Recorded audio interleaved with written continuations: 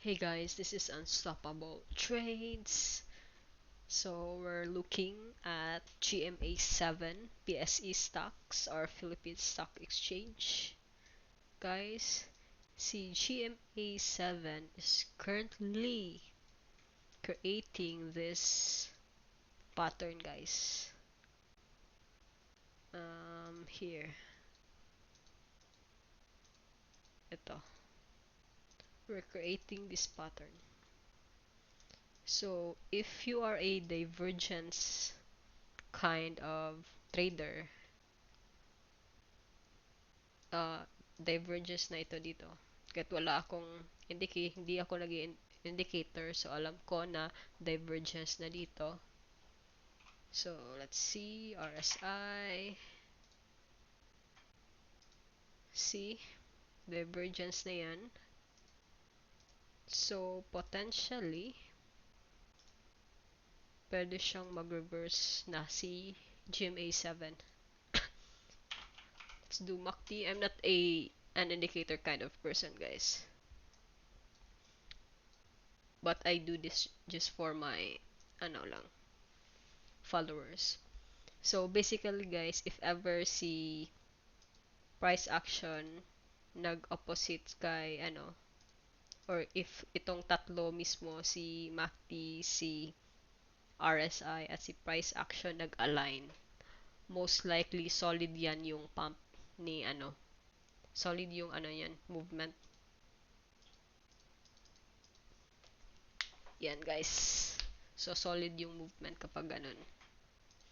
But we're going to do, and looks like, yeah, papunta na sa green si RSI.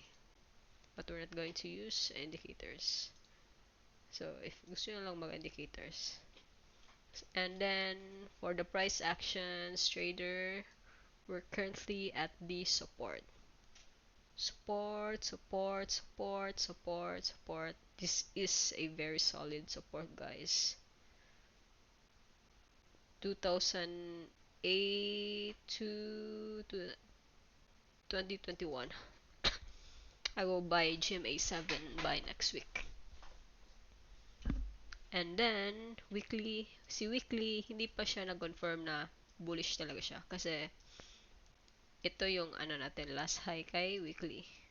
So, para sure talaga, if gusto nyo mag-enter talaga kay GMA7, yung sure na bullish talaga nito if once ma-break natin si GMA7 sa weekly. Break and retest and then boom. And then daily, sa daily guys, nag-bullish na tayo kay daily. Yan, nag-bullish na tayo. This is a support here. So, if you're looking for a retest, wait kayo for retest and then buy. Guys. And then 4H, bullish na din tayo kay 4H. Yan. To bullish na guys. So, daily bullish, 4H bullish means guys, we're going up. So, possible nga na mag-retest to dito. Possible. If you want to buy, guys, wait for the retest. Yan, retest. Set tayo ng alarm dito. Yan. At least, kahit dito, sa may EMA. So, yan yung analysis natin kay GMA7. We're going up. Ilang years na ba itong naging downtrend? 2022. Yeah, since 2022. So, I think it's time for GMA7 to go up. So, peace out, guys!